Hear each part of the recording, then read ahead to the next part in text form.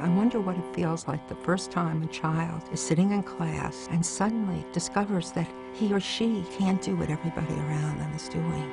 I had a terrible time reading. My teacher at school couldn't understand it.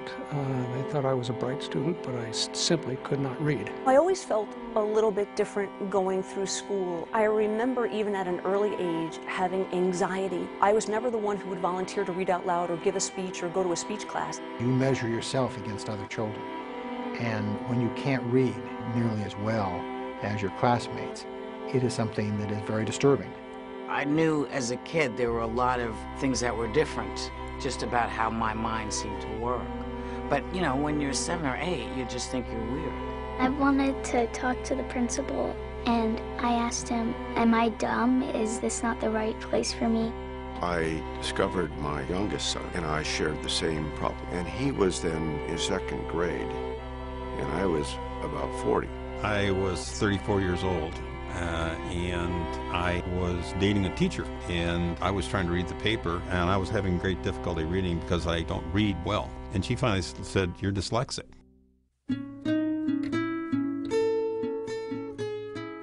Dyslexia is what's called a hidden disability.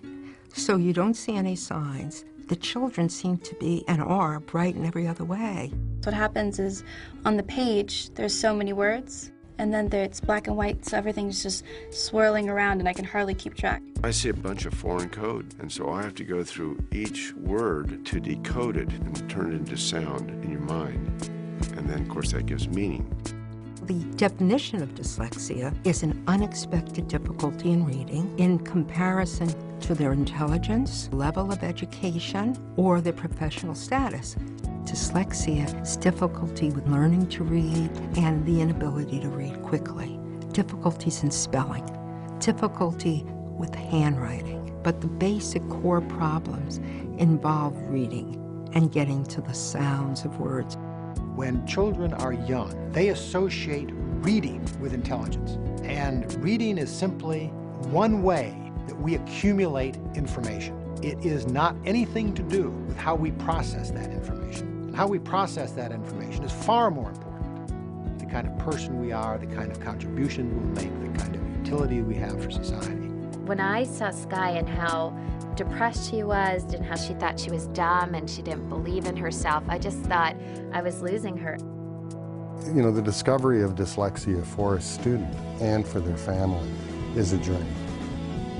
It begins usually with a caring teacher who says something like, "I think I see a problem," and directs the parent to assessment. The truth is, parents can catch a lot of things, but you really don't know it until you're in school, because the teacher can watch you progress on a daily basis. And if someone you discover may be dyslexic, you go, "Oh, okay. You and we got a journey."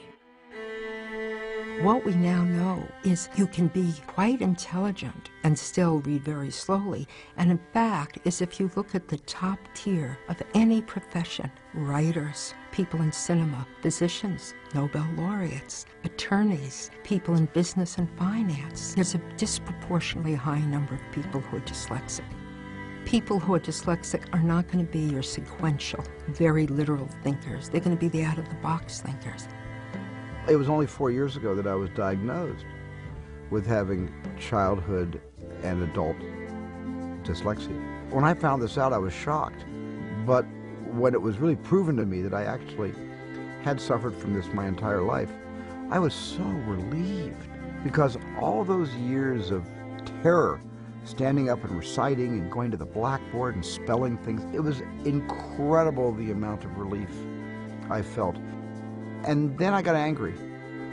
You know, why did I have to spend so many years not knowing about myself? Why couldn't somebody have brought my parents and I into the fold of knowledge back when they could have done something about it? One of the things that is unfortunate with children in public schools is that because you have one teacher trying to organize a classroom with 35 students, you might even realize that that student is probably dyslexic. That student might also be dyslexic. But you simply, in the course of your day, are not able to give them the accommodations that they need. And I think there's nothing more heartbreaking than that. The biggest normal accommodation for a dyslexic is time. And given extra time, they can produce so much more. But this is one of the biggest things that we fight at the moment, is trying to increase the understanding by people that the extra time is not an extra advantage. It's just necessary. You need schools like Westmark, private independent schools that not only understand what dyslexic students need but are able to give it to them. One of the big pluses that I always say whenever somebody asks me about Westmark is they have small classes so that the teacher really helps you in class on the specific thing you need help on. We had one little boy. He walked up to me after 2 weeks at the school with a big smile on his face and said, "Westmark has the oil." And I said, "Alex, what do you mean Westmark has the oil?"